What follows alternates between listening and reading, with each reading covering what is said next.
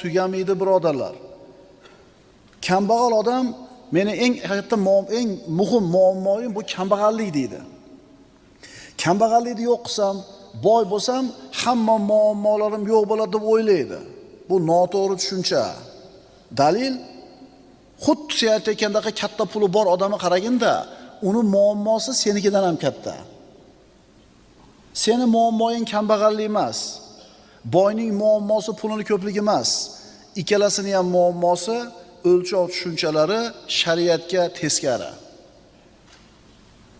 Agar o'lchov tushuncha Alloh va Rasuli aytgan andozaga kelsa, kitobi sunnat bilan o'lchov tushunchalarimizni tuzaturadigan bo'lsak, puli borni ham, puli yo'qni ham muammosi tugaydi. Faqirlik manzilati. Eshitib turaylikchi nima ekan faqirlik, ha? Faqirlik nima desa, hozir aytayotganimizdek, puli yo'qlik deb tushunamiz.